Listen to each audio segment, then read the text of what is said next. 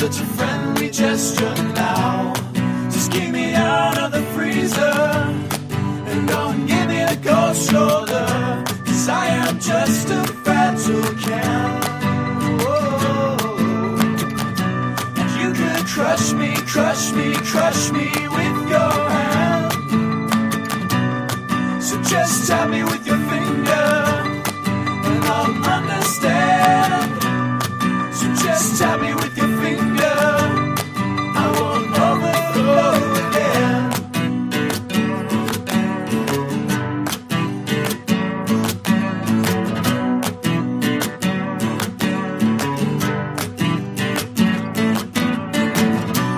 I'm not who you think I am. Whoa.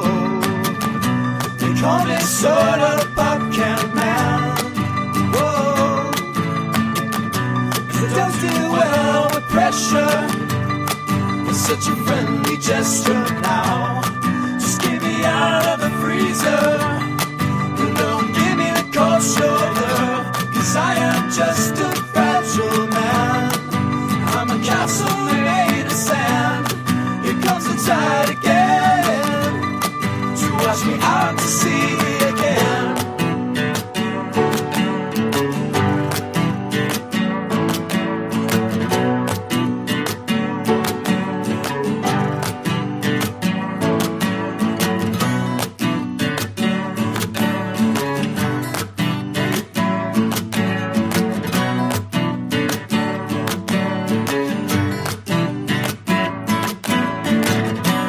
I'm not who you think I am. Whoa. They call me sort of pop can man. Whoa. 'Cause I don't do well with pressure. Such a friendly gesture now.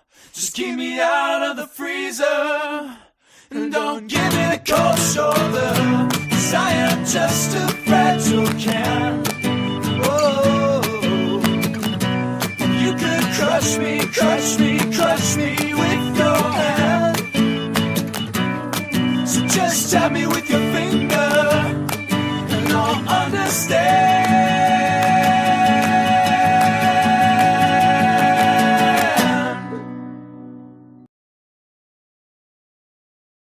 Here I am, Sally Jones.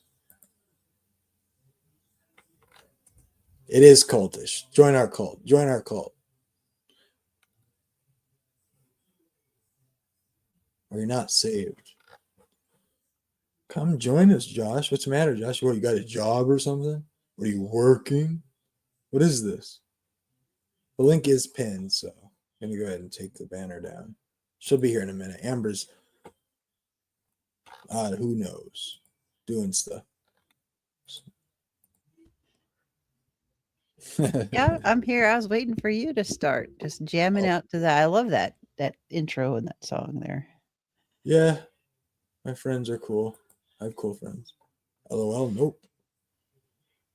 Nope. Seems kind of rude, doesn't it? Nope.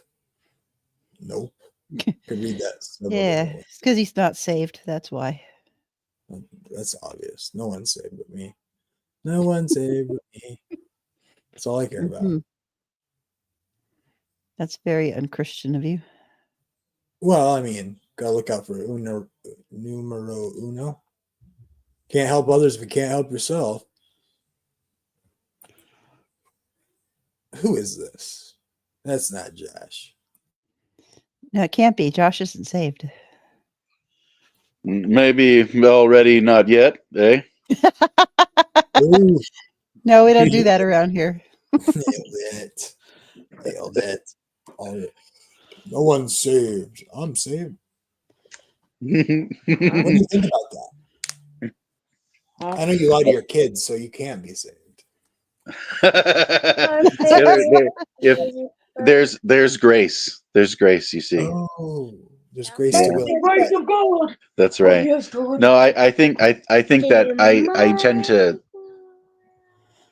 usually in matters of really dense theology tend to resort to the simplicity of something like an icon if it's available, and Jacob's ladder really explains the trajectory idea that I talk about a lot. that our walk with Christ is not an event. It's not a moment of conversion explicitly, and not that that's uninvolved, because obviously there has to be a time at which you enlist, but your service does not end at your pledge. It begins there. And so, being in a kingdom is something that I think people probably could look at in a better way. But I think the best way of thinking about salvation and the walk with Christ is really to consider it like a trajectory. And that means that there's a goal and there's a way, right? And so that's the thing. Christ is where we're going, and he's the way to get there. And so I figure if we consider it that way, it kind of expunges most of the strange duality and technicality that people usually try to rely on, because it's plain biblical language. You're in a kingdom, you're participating in a kingdom, you're meant to be serving the king, you pledge your honor to him because he has been gracious to you, and in response to that honor, you live as though that's true, and you give him your allegiance, not just in word but in deed, but especially in word and deed, right? But also, it's like, considering that has to be an authentic expression of something that's really happening and not just a way to moralize to your friends and neighbors, you actually have to be transforming internally as well. And so you have to surrender your mind and your intent. So all of those things should be readily involved. And I think a trajectory makes the most sense out of it for me. So worksy. It works. Whoa, that sounds so tiring. Oh man. Only if you're carrying things you were meant to leave behind. That's true. That's definitely true. Are you saying you're better than me? At some things, probably. Not at making intro songs, obviously. Hello, pulpit. Yeah. Yeah. Honest. Clearly I'm saved. I'm good, man. I'm good. Well, I mean, go ahead, Amber. Tell 'em About what? Can't About I what? just- How he's not can't I saved? just- And I what? Yeah, I just do that thing a long time ago and go, I got sinning to do. You do? That doesn't sound like a Evangelizing at wise strip choice. clubs. Just tell me what I'm supposed to believe. I got stuff to do. Hey, Terry. I think that I don't know what I think. I think That's that, unique. yeah. Well, I mean, I think that there is very much a difference between experiential learning and learning that takes place through logic. And there is something that is not three-dimensional about logical learning that is three-dimensional about experiential learning that has gotten lost in some traditions now. That people ought to try to experience.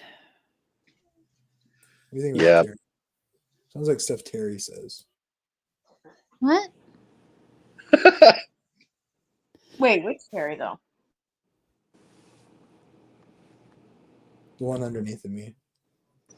Wait, what are y'all talking about? Oh, just about Judaizer alert. Oh, how Catholic for sure is in the live chat. Hey, good to see you. Judaizer, oh, yo, Judaizer, ooh, ooh, ooh, ooh, I am. ooh. They said that's what they tell me. I don't know. I don't think you have to get Too circumcised. bad. You're not too bad. I don't think you have to get circumcised or keep the law of Moses. I've never said that. I've never thought that.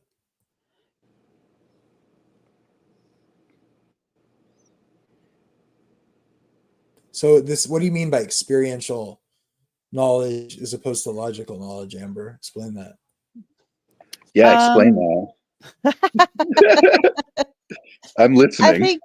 I think there's a difference between sitting down and reading a book about something. So like I could sit down and read a book about how to fish and get the theory of how to fish, but if I've never gone out and actually held a fishing pole and put a worm on it and threw it in the water and been frustrated because I didn't catch anything all day, I don't have the experience of the actuality of fishing.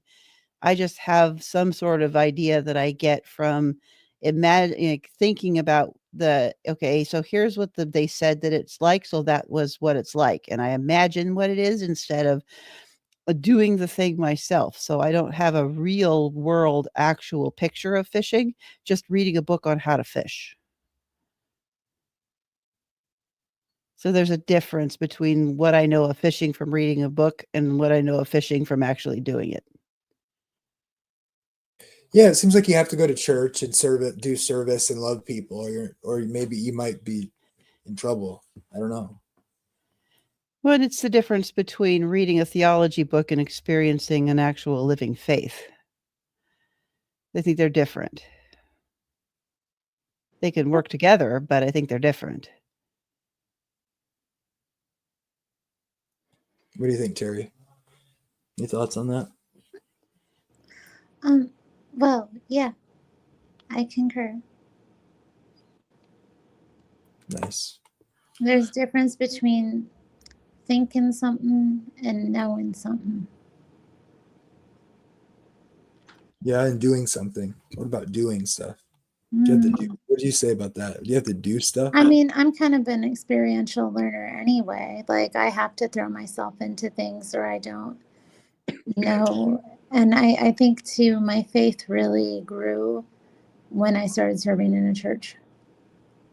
You know, it was the kind of the missing piece.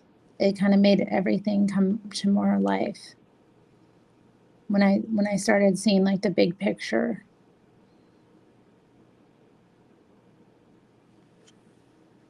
Yeah. Terry knows all the people at her church, so I know she goes to church. I went there. It was pretty cool. Amazing church. It's like built in the 1800s, and it's like has tons of stained glass and really amazing woodwork. Nice. That's awesome. Well, at least I caught you while you're still alive this time. Oh yeah. Yeah, you popped in there for a minute in our little after show. Oh, cool. We got an Anglican in here. What up, though? Hello. Don't investigate me too hard. I mean, you can look at my fruits and everything, but That's why I did that, because I figured the minute you saw that, you'd find it hilarious. yeah, I'm fine with that. I mean, Jesus said, by their fruits you'll know them. But you ain't my judge, son, even though you got that nice hat. When I thought about it, I was like, how can I mess with Jamie? Perfect. This will do just fine. So what are y'all talking about? Experiential learning and knowledge. Yeah, the difference between learning something through experience versus learning something through the abstraction of reason. I see, said the blind man. Welcome, Yeah. Eric, too. Good to have you. Hey, guys. B-Blues, good to see you, Cecil. Catholic for sure. Shannon is out there. Odine. The link is pinned. All are welcome, even the Catholics. Yeah, if he'll accept me on, he'll accept anybody. That's right. How you guys doing, man? Well, I guess we got a broad variety of people here. If we've got an Anglican, we've got Eric. I mean, goodness, we got an Adventist. I think we've covered the gamut pretty well. Whatever I am. A mutt, a theological mutt. Yeah, my picture reflects my theology pretty well. A Did you Nephilim guys- unicorn, huh? Did you Oh, guys yeah. see that movie commercial for that unicorn movie that's coming out? It's weird. No. I just realized it was a Yeah, it unicorn. looks I bad. was going to say, wait, you mean to tell me your theology is a jackass? And then I took a closer look. Like, oh, wait, no, that's got a horn on it. Yeah, no, a jackass with a horn on it. That's pretty much it. You nailed it. I would As long agree. as Jesus is the Lord. It's funny. That's awesome. Jesus rode on a donkey like me, so, and he rebuked a prophet with a donkey like me, so I'm in good Yes, he company. did.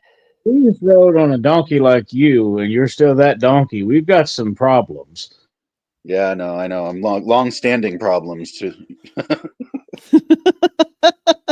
Mhm. You are working Oh on yeah. you are working for your salvation though, so we're pleased there. We're Judaizers here, so we're all about the works. Well, hey, at least you're not a backdoor fatalist. I'll give you that. Thank you. I, Appreciate I, that. I also love that the response to the subject we were talking about experience versus reason, and your response was, "I see," says the blind man, which is very plainly experiential. It's very apropos. Yes, that was actually a really great pun, and I don't know that you meant to make it, but kudos. Sounded like you laughed at the dummy. That's one of that. You know what's fun too? I don't know if you guys like care all that much about the subject, but if you want to nerd out on the idea of experiential knowledge versus reason and how that affects things on an individual basis as well as a societal basis over history, you should check out Ways of Attending by Ian McGilchrist.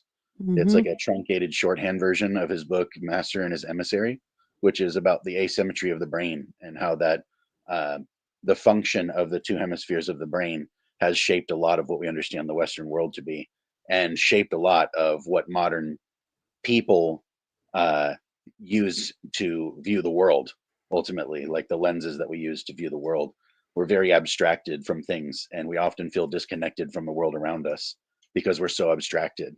And that weird feeling foreign in your own experiences thing is something that's very left brained, and so we've swung very hard in one direction, and it's brought about the advent of the enlightenment and the sciences and medical advancement and cell phones and so forth, but it's also kind of um, killed us.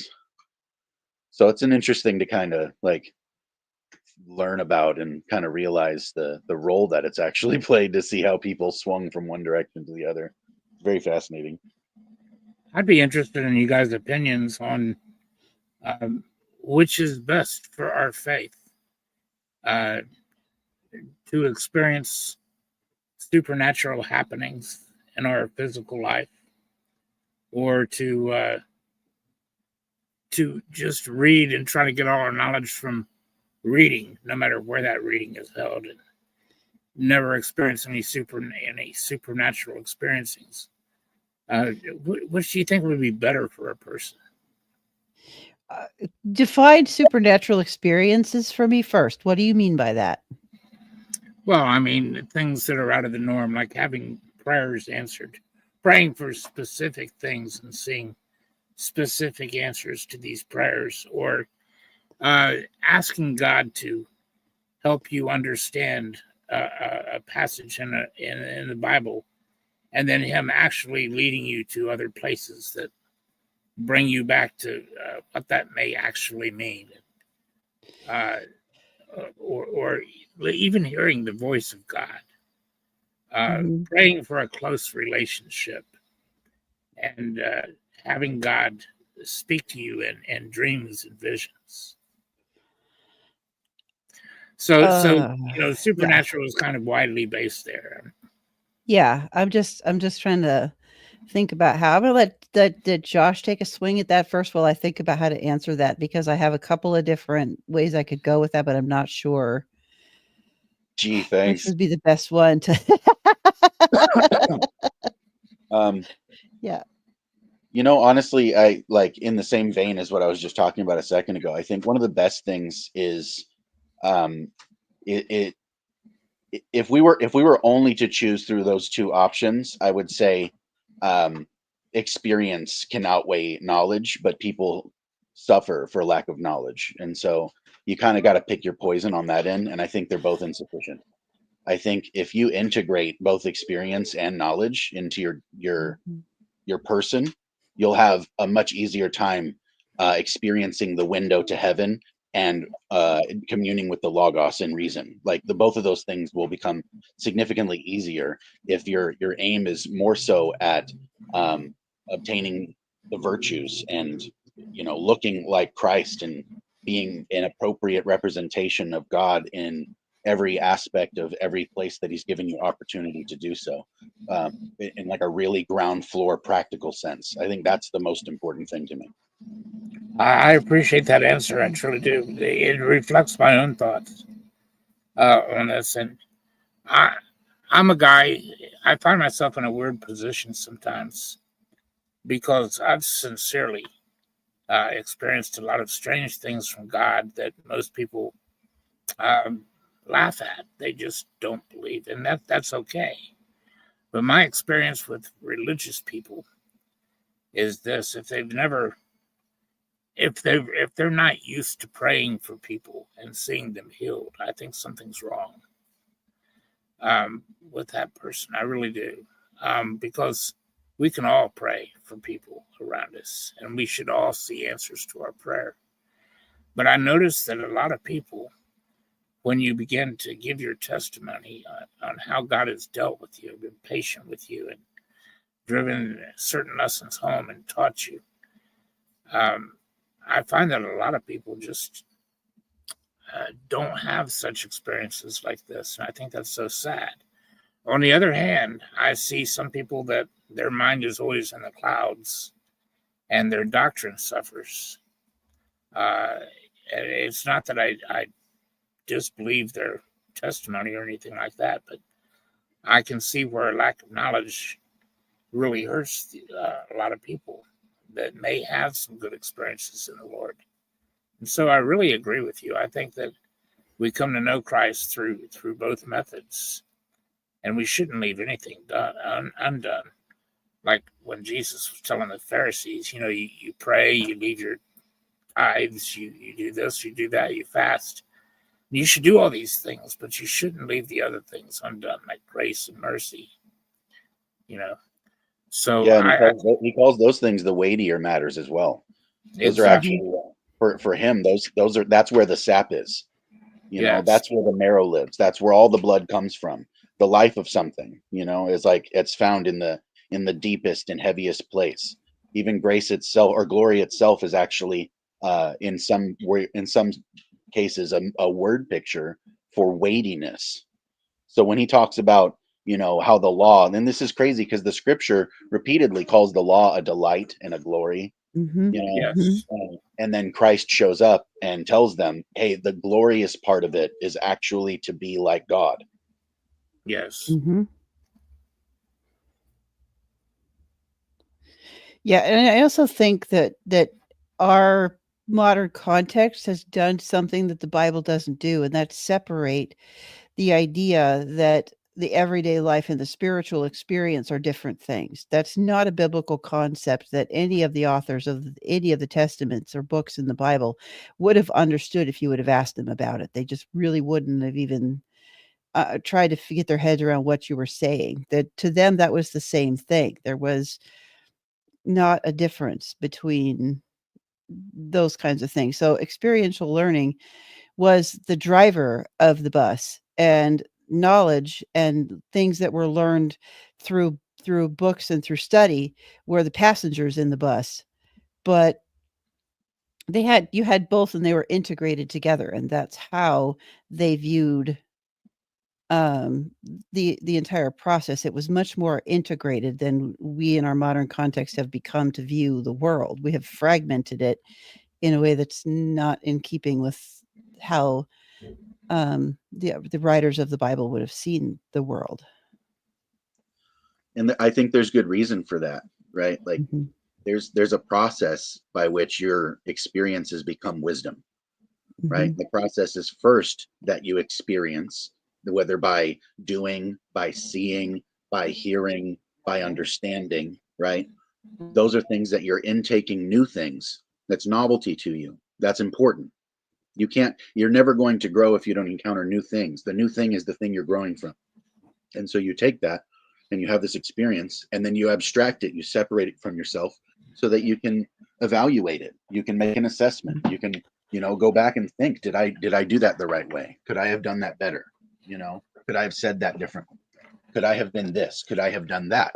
And you do the back work of making an honest assessment of yourself when necessary, and then after that, what people usually avoid is actually using that reason, that understanding that's developed out of that to inform everything thereafter, and not just their thinking process, but also their living and their doing process. And that all became one fluid thing. from your experiences to the abstraction of you Mhm. evaluating things as though you're outside yourself, and then putting it back into your experiences by doing it.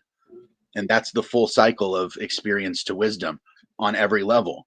And people cease doing that last part, reintegrating what they know. They just become a collection of knowledge.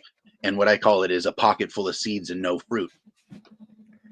They're You just know, collecting good word or whatever, and knowledge and understanding and fun facts about Jesus because it impresses their friends and neighbors. You know what I mean?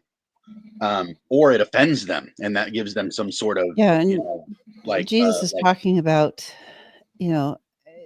things like, addressing those people who are like, where do we see you hungry and in need and in prison and not visit you? Like, that is very much the experience of Christ. It's not how many Bible quizzes did you win, or how many degrees did you have, or, how many books did you read? It was very much this idea of the experience, giving people the experience of being with Jesus so that they could find Jesus themselves. That's much more important, but you can't do that if you don't, if believe. Christ is the good shepherd.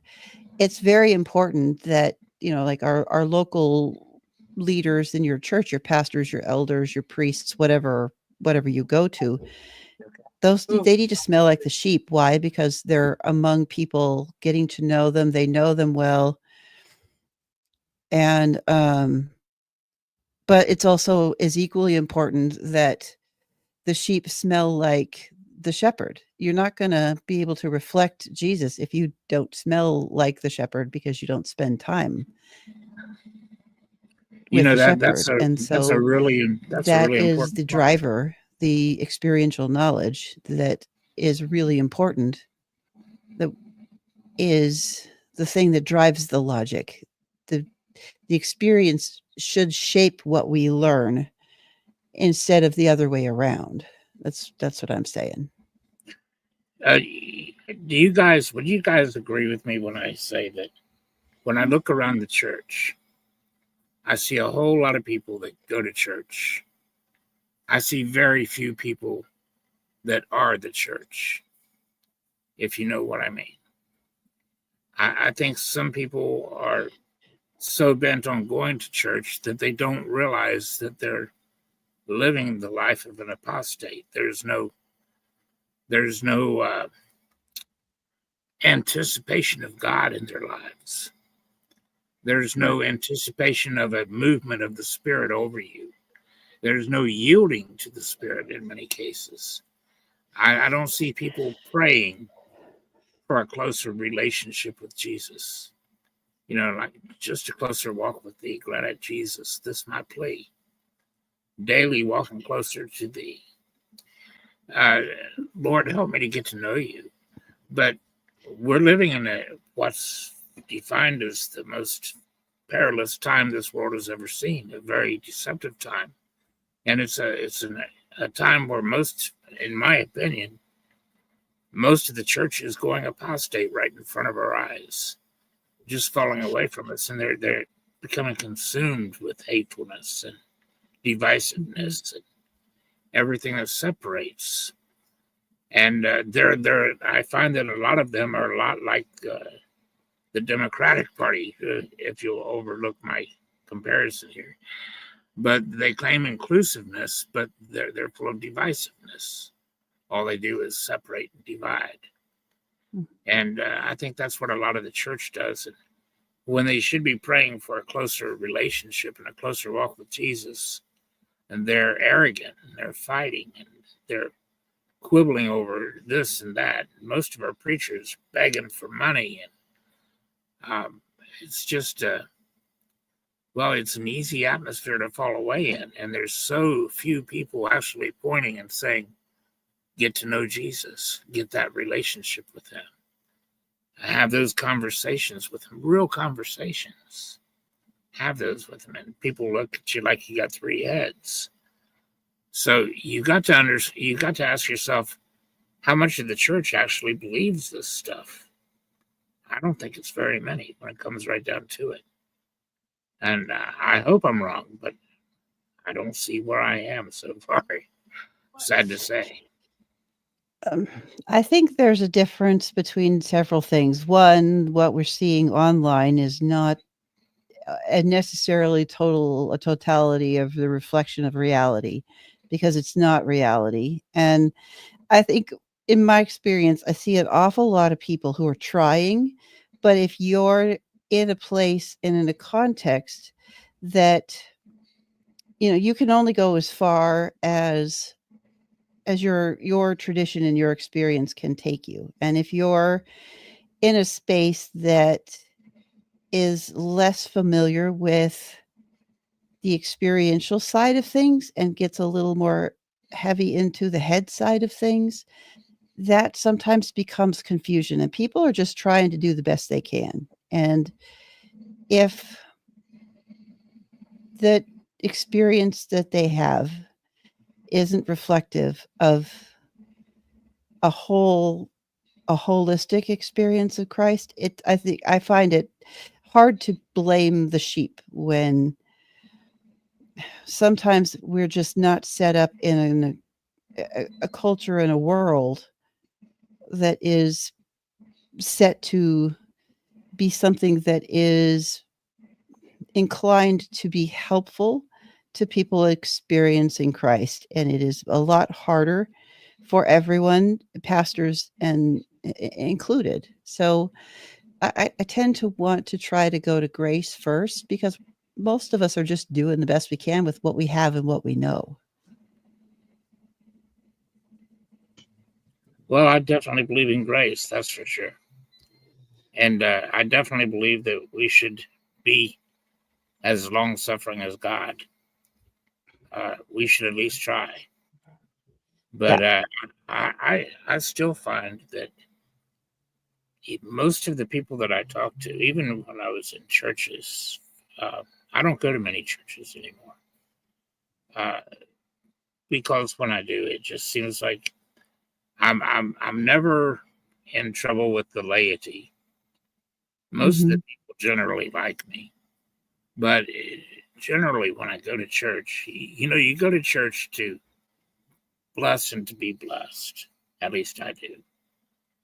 My goal is to get to know everybody, be friends with everybody, share the word, share my experiences, and just participate. Regular participation, just like everybody. And most of the people that I have participated with, the congregations, I just love them and they just love me. But I find that a lot of ministers and elders, deacons, many times, get resentful when other people start sharing in things that they may not necessarily hold to. And this can set up a minefield in churches. To be honest, that's why I've quit going to churches, because I tend to step into these minefields, not meaning to blow anything up, but just meaning to participate. And I find that my participation isn't appreciated by the many of the elders and deacons and pastors. I don't know why they get so hostile over these things, but my wife and I, we went to a church.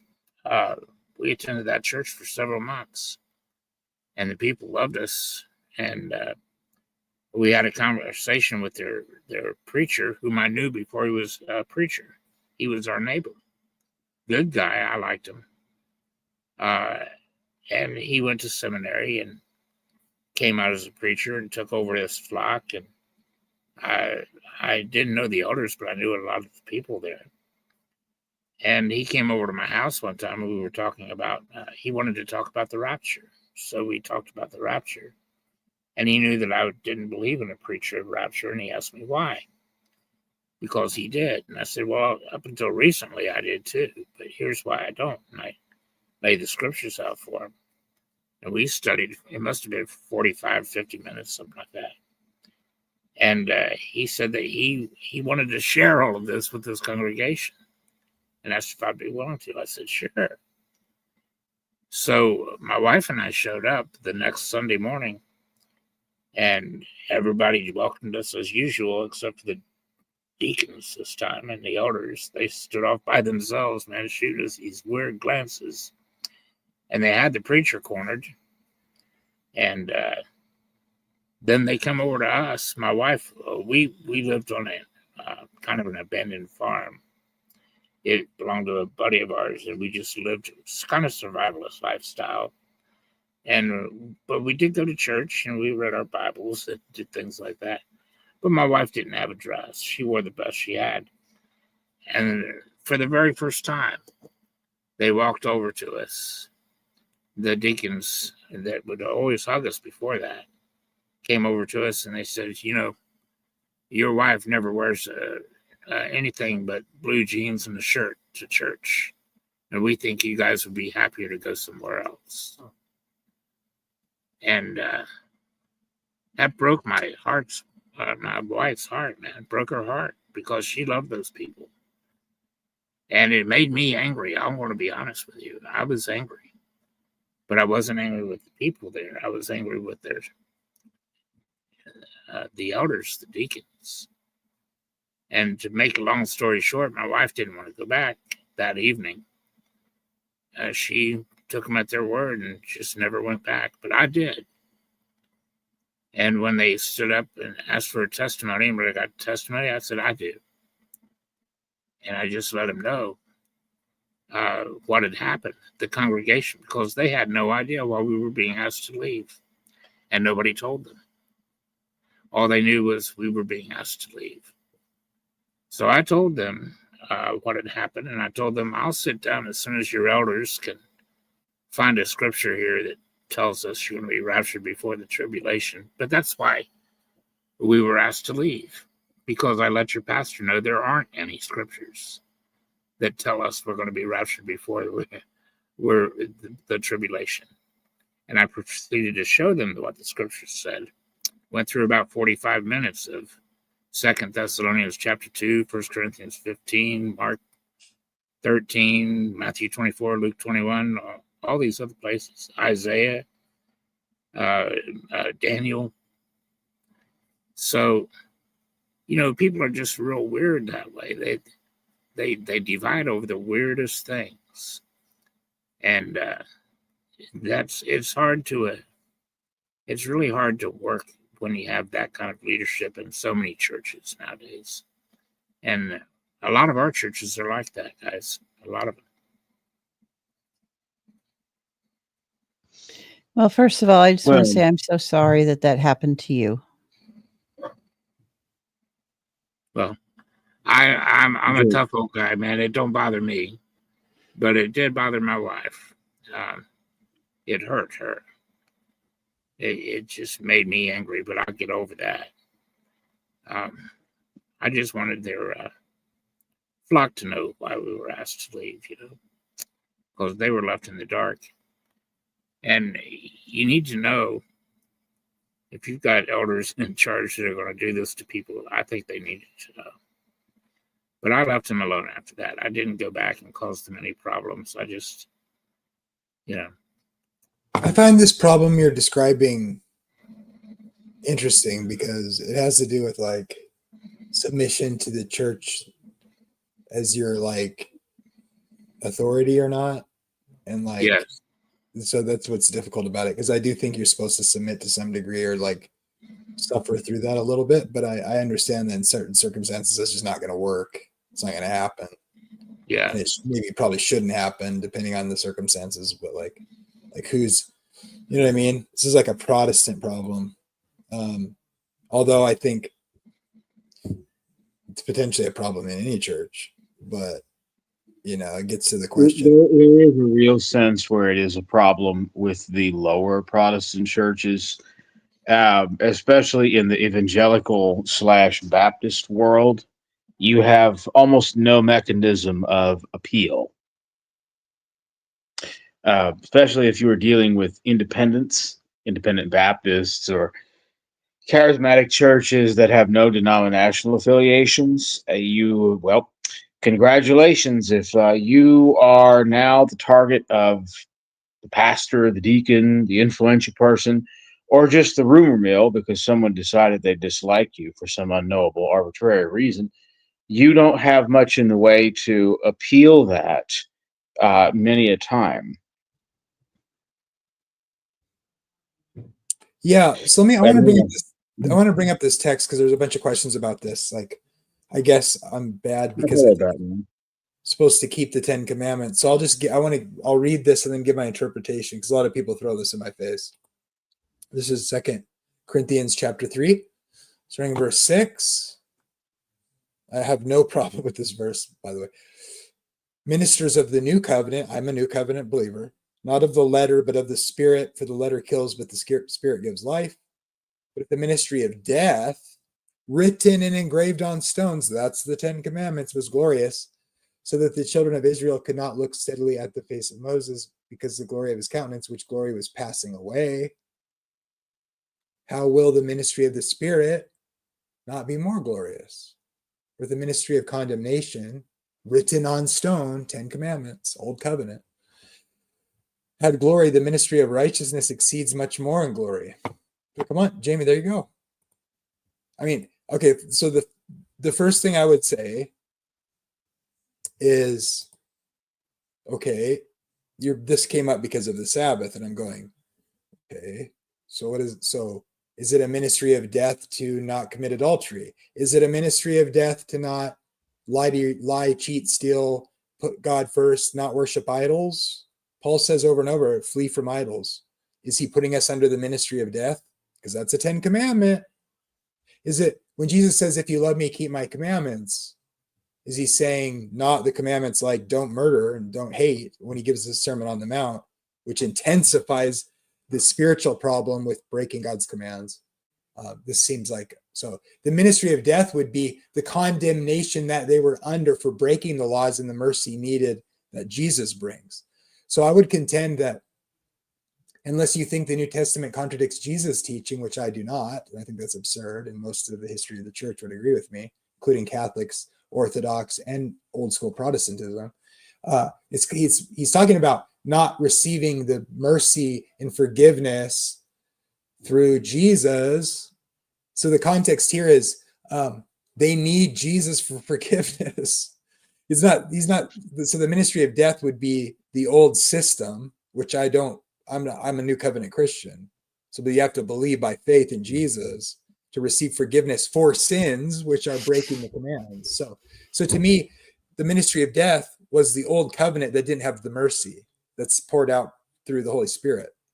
But what does the Spirit say in Romans? It says it writes the law on your heart. Jesus came to condemn sin in the flesh so that the righteous requirement of the law could be fulfilled in us. And we're temples in a certain sense, where the temple before was, getting cleansed by the sacrificial system. Now we're the temples, and the Spirit dwells in us and empowers us to be subject to the commandments, which are a defining love. You don't lie and you don't take advantage of people. You don't hate people, because hate is what leads to murder. So the Sermon on the Mount is Jesus expounding on it. And now the Spirit of God empowers us to walk in that love, and so that we don't do those things, and we are being conformed to the image of the Son. So to me, actually, 2 Corinthians 3 proves, if you read the whole context, is what's going on is now God's Spirit has caused the law to be on our heart, because we're the living temple with the living God living inside of us, empowering us to walk in his ways and commandments, which is what love is, because they're a reflection of who God is, manifested in us as image bearers. So we're being strengthened and empowered to walk. Now instead of it being this external thing with on tables of stone, it's been transferred into transforming our characters to be more like Jesus. So not only does that not disprove my view, but it supports my understanding, I think. Any other thoughts? Would you mind reading the particular scripture again? 2 Corinthians 3, verse what? 6 through 9. And this connects to like Romans 8, Hebrews 8. Oh, okay. I didn't see the verse numbers. I see it now. Yeah, so I'm not advocating that we're under the old ministration. That was the administration under Moses. I think we're now, Jesus is that prophet that's come. I understand the point one could make saying this, we're not under the covenant whereby we have to keep the Jewish Sabbath. Now, again, I am not an Adventist. I think that's pretty clear. However, you would have to build upon this argument a little further if that's the point that you're trying to make. We are no longer under the ministration of death of the old covenant. We're under the new covenant. You have to take extra steps to prove that. I am not a Seventh-day Sabbatarian at all, but I do concur with Jamie. The more higher church Protestants, or at least just Protestants that are well read, should properly be Sabbatarians. The discussion, therefore, between the two of us is really centered around which is the correct day. The majority view has been for the first day. I don't really make much of an issue on this. I kind of put it almost in the territory of debating young earth creationists and militant O-sassers. Sure, you could do it, but I don't think you're going to make much in the way of progress. Now, of course, the Adventist with his particular theology, we can get into that. But at least on his face, the Adventist will agree, no, we are not under law, but under grace. As much as I hate that scripture is misquoted. I want to be clear. I'm not looking to. I don't want to argue about the Sabbath. I want to argue about the role of the commandments. So the person was saying, they were saying the commandment. I don't say that person's a Catholic, because the Catholics don't believe that. They wouldn't say like any of the 10 commandments. Let's just call it the 10 commandments. Let's not talk specifically about the Sabbath. Let's just put that aside for now. I'm more talking about like the general principle of what Paul's talking about. And he's not talking about keeping the 10 commandments is bad, is what I want to advocate. Well, and I want to be more neutral. In another place, he says that the law is obviously good. It is what taught him what sin was. He wouldn't know what coveting was unless the law told him, do not covet. Right. It's weird that a Catholic would say the person was referring to like the 10 commandments are a ministry of death. I mean, if you mean as given under the 10 commandments without them and not accepting the Messiah, okay, I agree with that. But he's not saying, I mean, think about that. Is he doing away with the Sermon on the Mount? Paul says, no, keeping the commandments is what matters. Exactly. Well, then of course Christ says in both the Lucan and the Matthean Gospels that he did not come to destroy or abolish the law, but to complete it. So I'm not so certain what our individual Catholic means. I certainly know that Catholicism is no friend to the antinomian.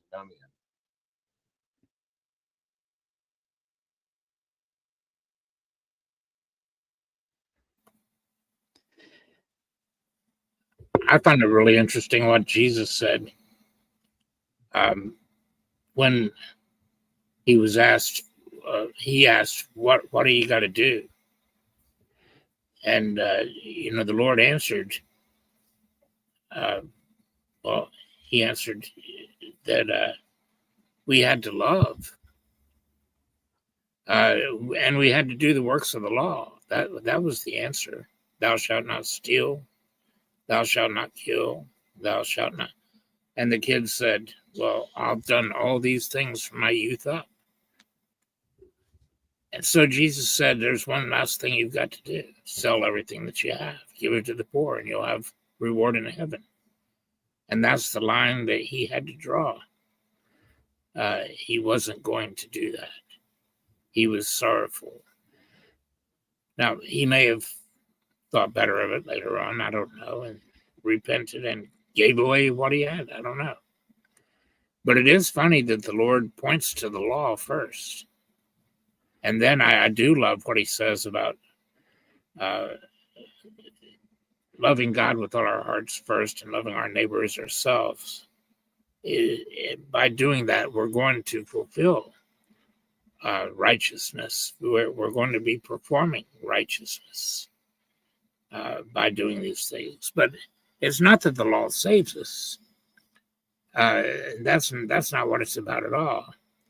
But if you love, you're going to keep the law, because you're not going to go to bed with your neighbor's wife or steal from him or false witness.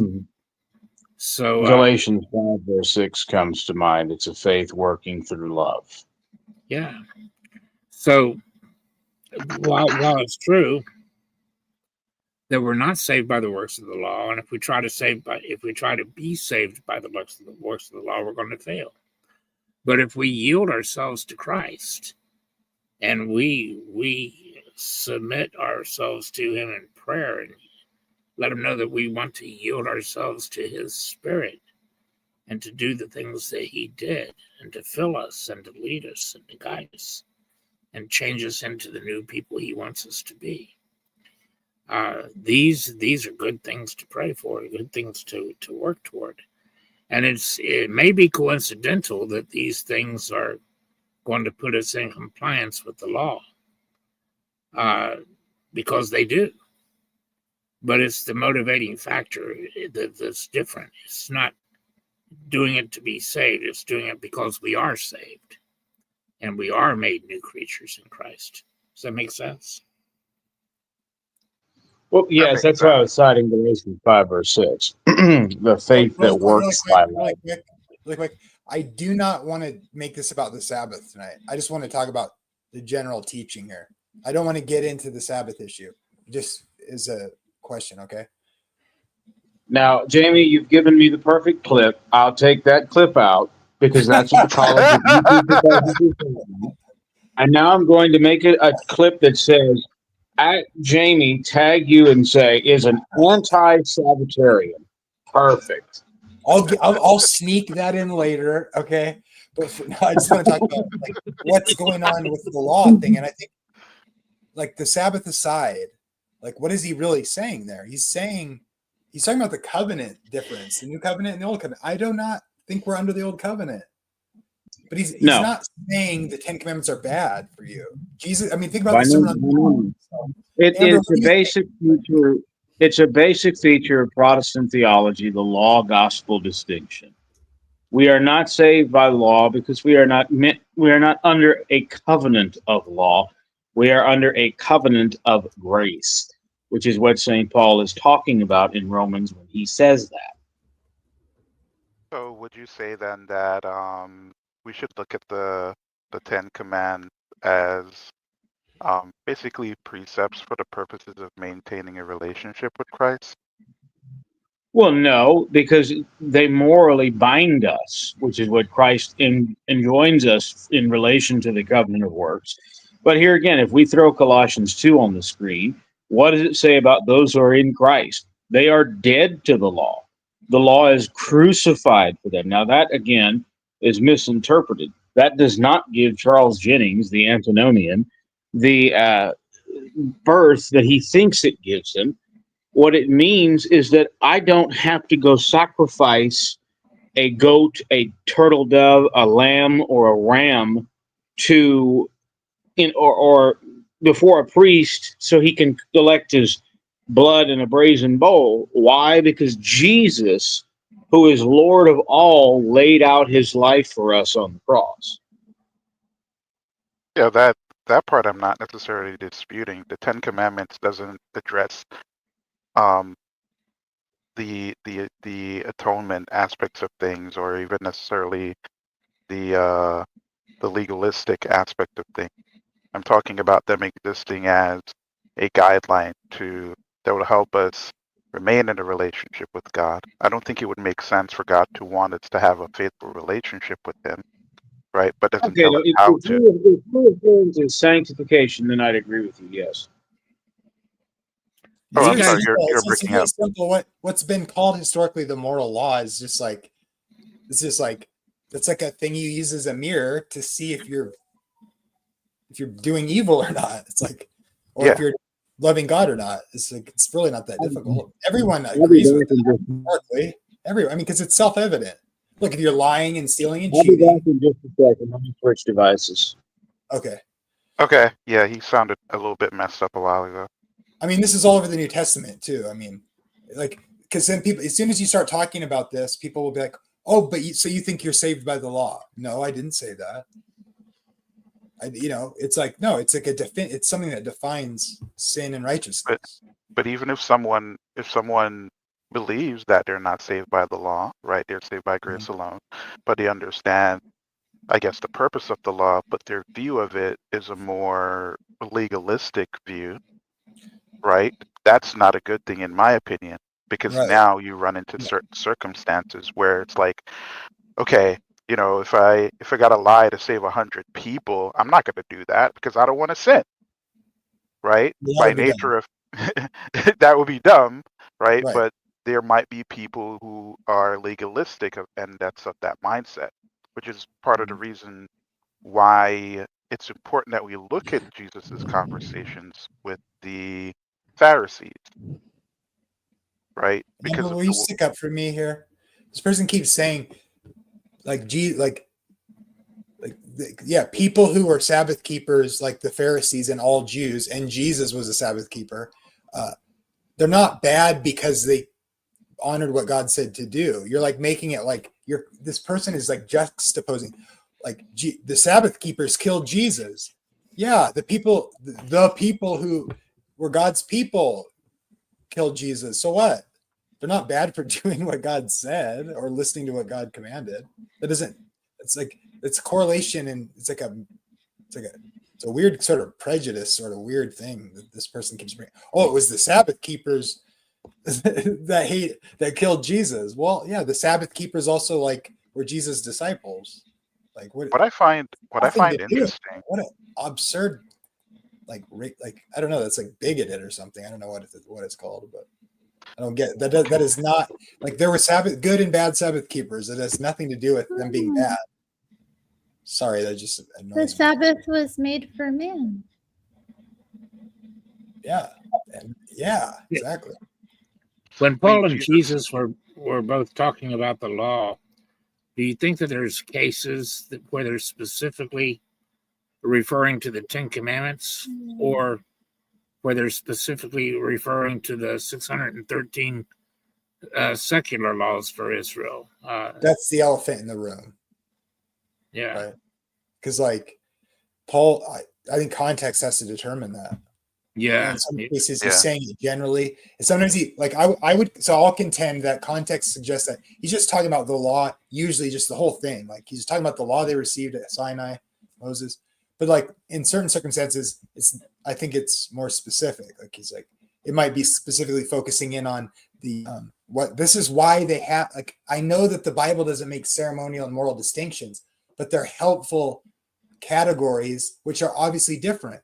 Jesus didn't come to, the things that pointed to Jesus, like that you can say they transferred into, communion or the Eucharist and baptism, or even though there was baptism kind of in a certain way, mikvahs and stuff. But like, there is an aspect where like, look, the temple system on earth where they had to do sacrifices on certain days was pointing to what Jesus does in his one sacrifice that blows open the covenant to call back the nations.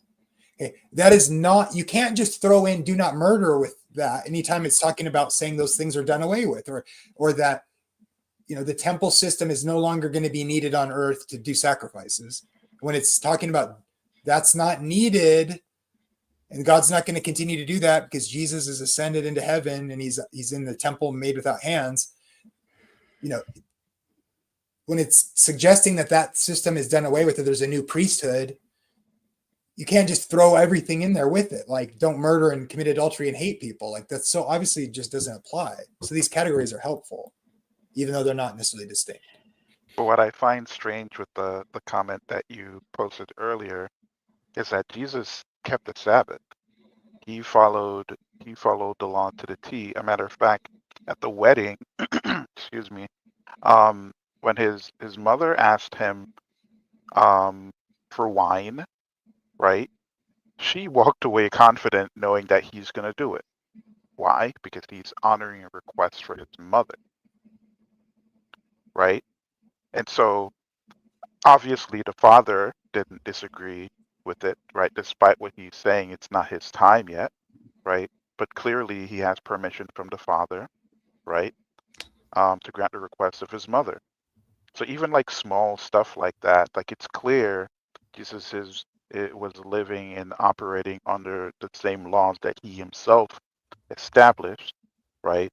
And he was fulfilling them every single day, right? Up to the point where he died on a cross. So I don't, that critique doesn't make sense to me about the about quote unquote Sabbath keepers killing Jesus, and because they're Sabbath keepers something is wrong, or even like even it doesn't make sense. It's dumb. Yeah, it's I real bad. agree. You I also think it's because they're Jews. Whoa.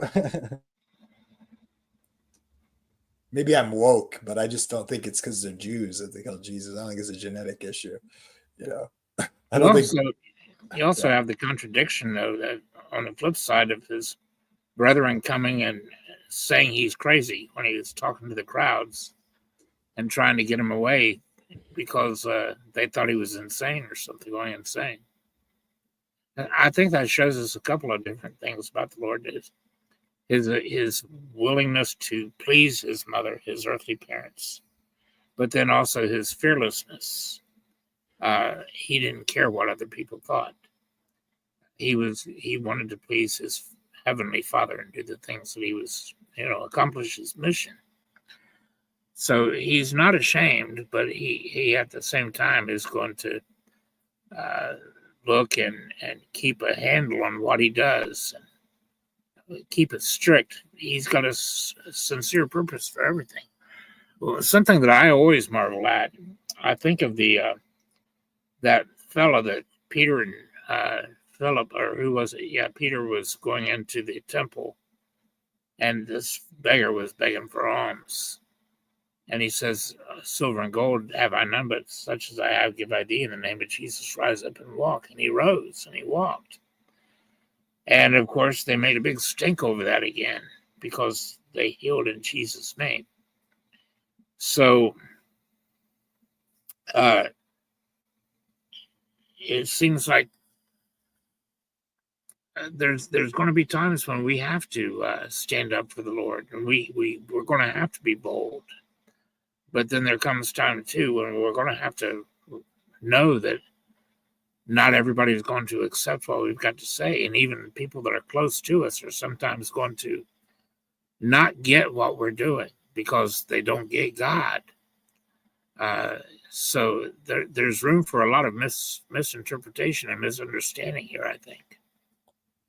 Sure. So I want to hear from Amber and Terry if she wants to say anything too. Because Amber's been sitting there forever and not saying anything. I'm curious what she thinks. She's probably off doing something else. No, I'm just waiting. You asked me a question like 20 minutes ago, and then I didn't even get a chance to talk. So I'm just waiting. Okay, you got the floor. Well, if Terry wants to go first, I'll let her go first. I think that's welcome to live streaming because you constantly get interrupted. That's how it goes. Sorry if that was on my neighbor. Well, we're not going to interrupt the ladies now, and I'm boss, so you understand. Go ahead, Amber. I think there's a misunderstanding and conflation between law and covenant that's kind of going on here, and I think there's a misunderstanding of Torah. I think there's some translation confusion that happens with a lot of the way that, starting with the King James Version, and it has its roots in the Septuagint, that the way that those words are translated that causes some confusion. And I think there's some overlooking of the mechanism of Ezekiel 36 and 37 that transfers us out of the carnal into the spiritual, so we are no longer under obligation to the law, but as a faith response as part of sanctification, following the instructions of Torah of how to live in holiness are important. There are only 10 statements in Torah that are thou shalt or thou shalt not statements. All of the rest of them are if-then statements, which are not technically commandments. They are instructions for wisdom of how to handle situations. May I ask you to expand on something, Amber? Yeah, sure. Yeah, just briefly, you mentioned King James Version and Septuagint. Could I ask about specific examples of what you're talking about there? I just wanted to follow. Okay, so in Hebrew, the word that is translated in a lot of English versions and in the Septuagint is translated with a form of the word law, but the word itself in Hebrew actually means just that. It just basically instructions, but it's also used in a whole bunch of different ways that gets confusing for it can be hard to translate, not confusing, but it can be hard to translate because sometimes that word can mean the 10 commandments themselves. Sometimes that word can just simply mean instructions. Sometimes that word can be mom telling the kid how to do something or giving them a lesson, a wisdom lesson in life. Sometimes that word refers to the first 5 books of the Old Testament. Sometimes that word is referred to be the entirety of the Hebrew Bible. It's all referred to as Torah. And so that gets sometimes a little more complicated to translate. And before the development of a lot of stuff in text and canon, when the King James Version was translated, they didn't have the big catalog of knowledge of Hebrew that we have now. So there was some misunderstanding based on a lot of it from the Latin Vulgate, of what those words actually were meaning and how they were being used. And there's some holdover there that people have just become used to and theologically based things on. And so changing that becomes very complicated and difficult. People don't want you to rewrite their version of the Bible to make a translation correction based on research that has been, done since that version was created. So it can cause some confusion when there's not a full spectrum understanding of how that word in and of itself is used and the theology behind the differences of the way that that's used, if that makes That's any sense. interesting. Yeah. May I ask you one more question? Yeah. Do you have a preference between the Westcott Hort and the Textus Receptus?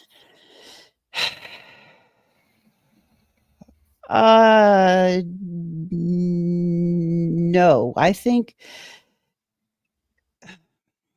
I think that value in variety.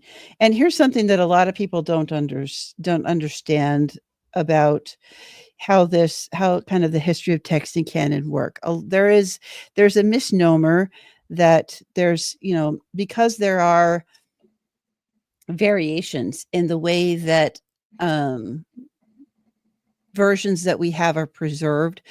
It is a common misnomer to blame the Masoretic version of the Old Testament text, when actually, when you pull out and look at the Dead Sea Scrolls and you look at the Targum, which is the Aramaic translation, the variants that we see come from 2 things. One, the Septuagint, which is based on a different version than the Masoretic, because the Masoretic is newer than the Septuagint, so it's based on an older translation. And the history of they call it scholarship, but basically it is scribal history. If you go through and you look at the versions that are used in the Hebrew Bible for the basis of translation, every page of a Hebrew, every section of a Hebrew scroll, every page of a Hebrew papyrus or whatever has a number at the bottom. And so you can tell if a word has been left off or if there's extra letters or some letters are missing. Like the Hebrew scribes were meticulous because they saw God's word as something that was so precious that they were just absolutely OCD in their scribing and transcribing and copying of those texts. When you go back and look where all of the textual variants happen, those are in all of the Greek translations because they were not as careful. They didn't keep word counts. They didn't keep track of how many letters there were on every page. There was errors that were made that were never corrected, or it just the New Testament scribes, the early early copiers were not as careful in the Christian tradition as they were in the Jewish tradition. So most of this is a problem of our own making, actually, if you look at the real history of text and canon. So That's where some of the confusion comes from. Yeah, I can understand a lot of the confusion, and some of the textual variants should be expected, actually, especially the ones where we're just quibbling about specific wordage that's chosen. Like you might have say a book of Mark, for instance, back in the day, and taking it to 10 different cities and 15 different churches. And then you have scribes from somebody within all these churches that want a copy of your book of Mark. And so everybody that copies that particular book of Mark, they have the same source material, but sometimes they're going to be choosing different words from all of the other scribes. They're going to be wording some things differently from one another, but they'll be saying. I found out something else too. The Western manuscripts, a lot of them were paraphrased. I found that really interesting. They were paraphrased, but yet the Western text tends to agree with the Byzantine text when it comes to choosing which text they're going to follow, the longer text or the truncated text. And then as you have your Alexandrian text, the minority text in the middle of all of it. And it seems like they're the only ones that really disagree with it and include a truncated version. Now,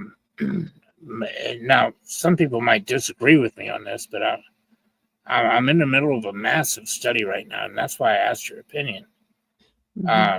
Because I'm reading, assertions like the Alexandrian text is the oldest and most reliable. And yet when I go to Codex Sinaiticus project, and I read what the scholars have written on this, and I'm no scholar, but I like to read what they said, what they found.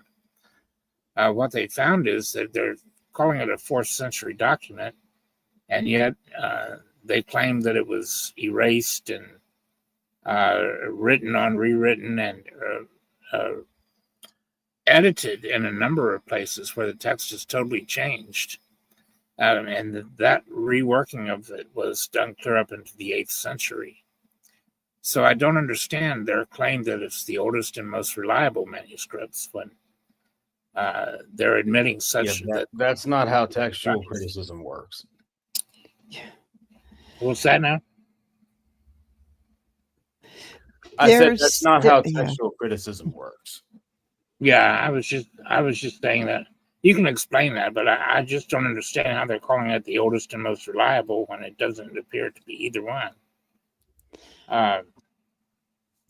It wouldn't matter how old they are, because that's not how modern textual criticism works at all. That is yet another myth cooked up from the King James only camp. Well, you can unpack that if you like. I'm not quite sure what you're saying. Well, it's simple. It's called REM, reasoned eclectic method. The current mode, the most popular one, is that they don't discount in textual criticism any one manuscript family. There are multiple manuscript families. The Byzantine family, the Textus Receptus family are just two of them. The Vaticanus and Sinaiticus are another stream. There are at least 3 or 4 or 5, 6 different streams. The consensus is taken out of the whole, and to state that glaring, sweeping revisions occurred and deletions occurred is just simply not the case. In fact, ironically, as I understand it, I'll have to confirm this with a scholar friend of mine. He's probably more up to date than me, since he specializes in textual criticism, but there is now more and more evidence coming out for the longer ending of Mark that it is probably genuine. I'm not so sure about the Pericopa de Adulteria, the section of John chapter 7 to 8, where you hear the famous phrase, "Neither do I condemn you, go and do not sin anymore." But simply the corpus of our text critics do not just choose one over the other. They take the consensus out of the whole. Yeah, and actually the thing that we see a lot in text criticism is that the more copies and the more manuscripts and the more sources that we have, the preponderance of the evidence tends to agree. And where there are variants, most of them are not massively theologically different. It is spelling errors. It is scribe notes that get added in somewhere. And so with the variety of texts, we can take all these manuscripts, put them all side to side and go, oh, look, 9 out of the 10 say this. So this is probably the most likely faithful copy of Exactly. the version of this. So the more versions we have, the better our translations get, because we have a lot more evidence for this is what the original probably was most faithful to, because it is the most widely used. And variants sometimes will tell us things like, and you can tell in manuscripts when you got a bad scribe, because you could tell by the way that the notes are made and the handwriting that's used, and like, okay, this one's got a bad scribe in this section, so we won't pay as much attention to that because we know there's a bad scribe, but the rest of it's faithful. So it actually, the more varieties we have, it helps us out. Instead of causing confusion, it brings clarity as in disputed sections, in sections where there's things that so it is more helpful. And to say, well, we're only going to use this, that is like our Anglican friend here said, that is used by version exclusionists who don't like the fact that their version is not the most accurate one out there. And a lot of the ones who do that are based on the Vulgate translation, which is done by a bunch of people who translated Hebrew who didn't know Hebrew in the first place. So it's less accurate than anything else. And if honestly. And to add to that, the Textus Recepti, which one, find themselves in a precarious position. The translations, especially the King James Version, does not faithfully follow the TR. Again, which TR? Because you have multiples. One is a complete back translation of the King James Version, which is Scrivener's. Others go forward from Erasmus. We do not discount them. But, for example, Revelation 16, verse 5, or the Johannine comma, do not come from the Greek texts. They come completely from Latin, which would suggest there's probably very little, if any, support for them in the Greek manuscripts. It was likely added in later by the Latin textual stream. Not saying that it's evil. It's not to say that it's wrong. It's simply to say the evidence for that is much more specious when we consider that, okay, maybe the TR might have the Johannine comma, but the majority of our manuscript families don't. That reveals to us, aha, someone inserted this somewhere along the line. As compared to texts like the Quran, this is good news. The Quran will never be subject to textual criticism, and they're having to admit now they have no earthly idea what the original Quran was supposed to be. I don't want to hijack Jamie's stream here, guys. But let me just ask: would you guys be interested in having a discussion with me sometime on this very thing? And I'll tell you what I found out. I'm no expert, and I'm a very busy man. Okay, well, I'll tell you what I found out, and I welcome the pushback. And then I'll drop it right after this, because I really would love for some people to help me out with this. My goal is to I understand exactly what you just said about how and why some people believe that the comma was added. But here's what I found out. They claim that the comma was not in, and same with Acts chapter 8, verses 36 through 39. They claim that it wasn't in the earliest manuscripts. Now, here's what I've found out.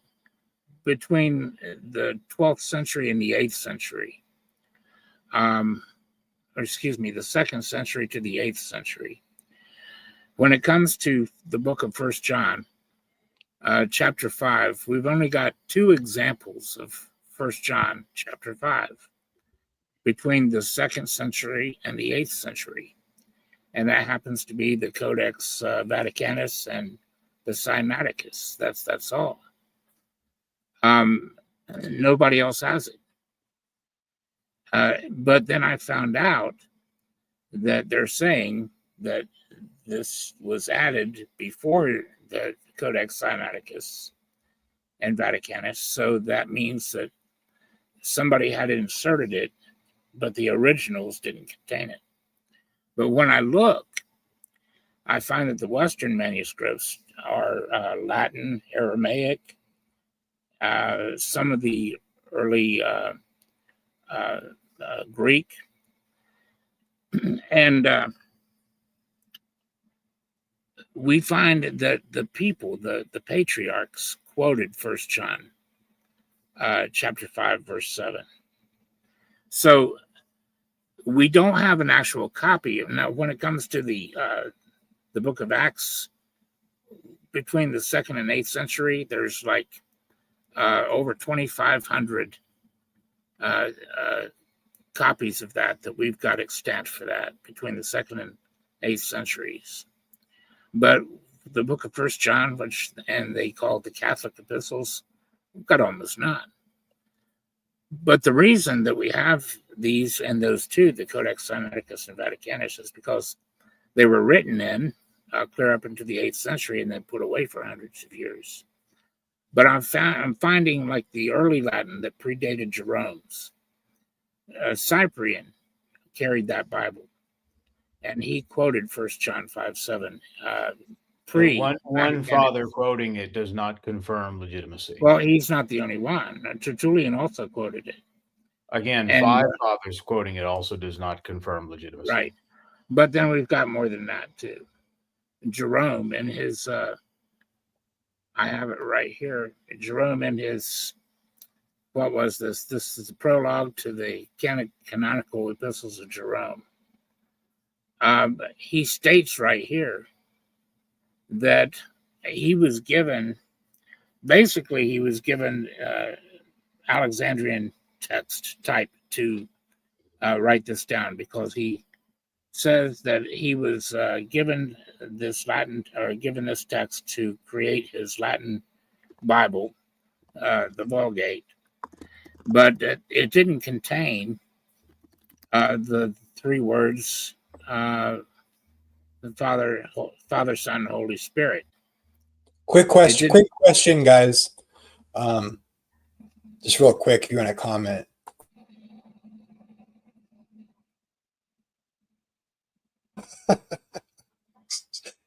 She doesn't know what we're talking about. Don't be mad. No, they clearly aren't following the conversation. There are only 2 possible Latin fathers, Western fathers, who may, in the 3rd and 4th centuries, have quoted 1 John 5, verses 7 to 8. Cyprian of Carthage, and it's likely he didn't. He only alluded to the comma. Priscillian of Alvia, 4th century, and Liber Apologeticus quoted. Did I miss something?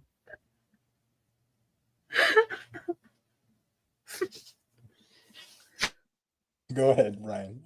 I was just confused because I couldn't tell if someone was crying or laughing or crying with laughter. But as I was saying, there are almost no, if any, citations among the Greek fathers for 1 John 5, verses 7 and 8. The point being is, if we use the reasoned eclectic method, it would basically tell us this.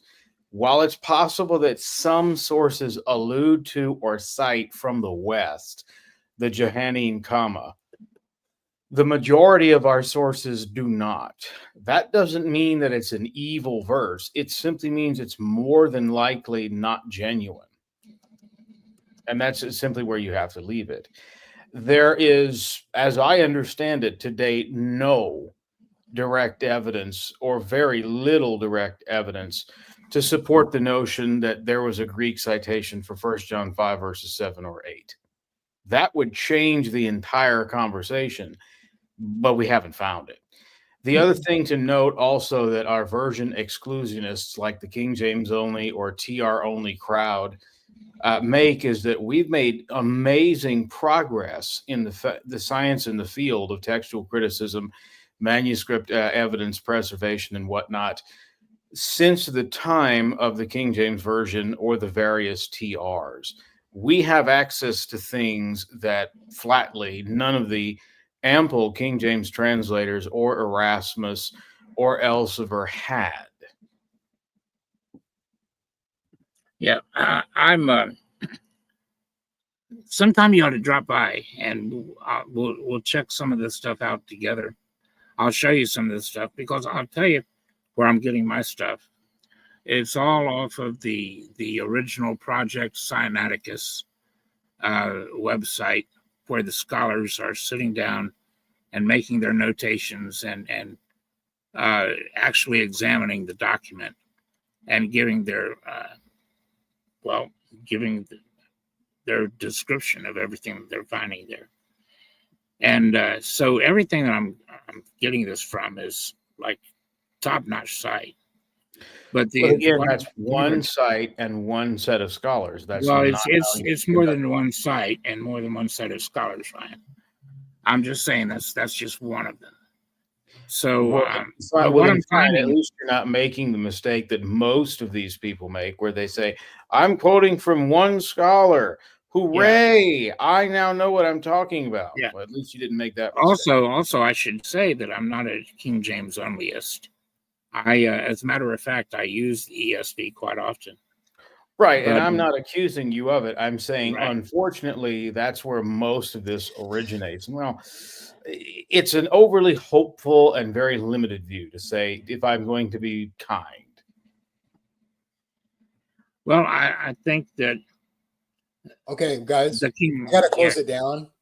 So make plans to do a thing on Eric's channel if you want. That'd be great. Yeah, I'm unfortunately quite busy with various things. So I at least wanted to come on and be your investigative judge. I think I've satisfied that, huh, Jamie? Yes, I mean, we'll see what happens. Straight to the fires with you, boy. Oh, God doesn't burn me forever. Gee whiz, Batman. Okay, so everybody gets 1 minute to promote their channel, or to tell me how handsome I am, or to well, I think you have a woman that can do that now. I'll leave that to her. Well, she doesn't have to do that. I'm just saying, like, you guys can say whatever you want, and you can put your channels in the chat if you want. You don't have to say anything, but I'm going to say Eric, Ryan, Batman, Amber, Terry. That order. 1 minute. Try to keep it 1 minute or less. Thanks for coming, everybody. I was glad to see you. I'm glad to have seen you and talked with you. And if anybody's out there in the chat and they don't share their faith and they've never come on a live stream, I want to encourage you to come on the live streams. And even if you disagree with me, I will facilitate for you to be heard and to share what you believe without letting anybody bully you or beat you up, because you should share your faith, even if it's online, because you got to get out there. So I will be nice to you. I want to encourage you to do that. You can get a hold of me by leaving a message on my latest live stream is the easiest way to do it, or ask one of my mods how to get a hold of me and someone will help you. And I'll talk to you privately if you want about the Bible or God or whatever. But just, I want to encourage you to do something hard every day, like share your faith. And so please do that. And all right, I'll go ahead and pass it to my guests. Thanks everybody for coming and showing up. I appreciate it. Hit the like and subscribe, and God bless. Eric, Ryan, Batman, Amber, Terry. Thank you, Jamie. And I'm sorry if I derailed this. I am so sorry. I really appreciate you. I appreciate your guests here. And we can, even if we disagree on some things, you got some wonderful guests. I like them all. And I want to thank you guys for putting up with me and dealing with me. I appreciate that. But I want to extend an open invitation, because I'm really excited about studying the scriptures. I study the scriptures to see where they say in the Spirit, but I also study to see where I believe God has preserved his word. And just to put it in a nutshell, I'm a fan of the Septuagint over the Masoretic, And I'm a fan of the Textus Receptus over the Westcott Report. But I love the Word of God, and I would never discourage anybody from reading any version of the Bible. If you can read it and understand it, read it and understand it. But I do recommend reading more than one version. And I would say that if you read the King James along with any other version, you're at least going to get the full text and expand your education a little bit too. And that's always a good thing, isn't it? But I love you guys. Thank you, Jamie. Thank you, everybody. Have a good night, everybody. Thanks. Well, thank you, Jamie, for having me on. I just figured I'd come on and, well, I heckle Veckle. I can't heckle you two, so I have to have appropriate channel themed deal. So you get an investigative judge. I suppose it was an interesting conversation. I have several things I have to do, so I'll be looking forward potentially to your next stream and hope to talk with you soon. God bless you. Hello, can you guys hear me? Yep. Yeah, thanks for having me. Thanks for hosting the stream. Thought you would have went a little bit more because there were some interesting things that was talks about that I had a ton of questions for, but I guess I'll wait until another time when Amber is around, or I'll probably just shoot her an email if I get some extra time. But yeah, man, Sorry about that. I gotta take care of something, but nah, no problem. So there's that. Your mustache isn't saved, and your workstation is. All right, take care. bye, buddy. I am workspace. I admit it. Yeah, I don't have anything to say other than it's good to get to hang out today. I was supposed to be live streaming and ended up that's tomorrow instead of today. So I had some free time. So I thought I'd stop by and say hi to everybody. And hopefully I'll get to come back again sometime soon. Well, I left them hungry to talk to you, so thanks for coming, Amber. All righty. Talk to you later. What up, Terry? I just been sitting here listening, doing a little drawing. Nice. Yeah. I don't have. You're handsome. Thanks. You're beautiful. Thanks. I posted a link to my channel if anybody wants to check it out. Subscribe to Terry's channel. We had a crazy stream last night. I went for like 5-something hours. Oof.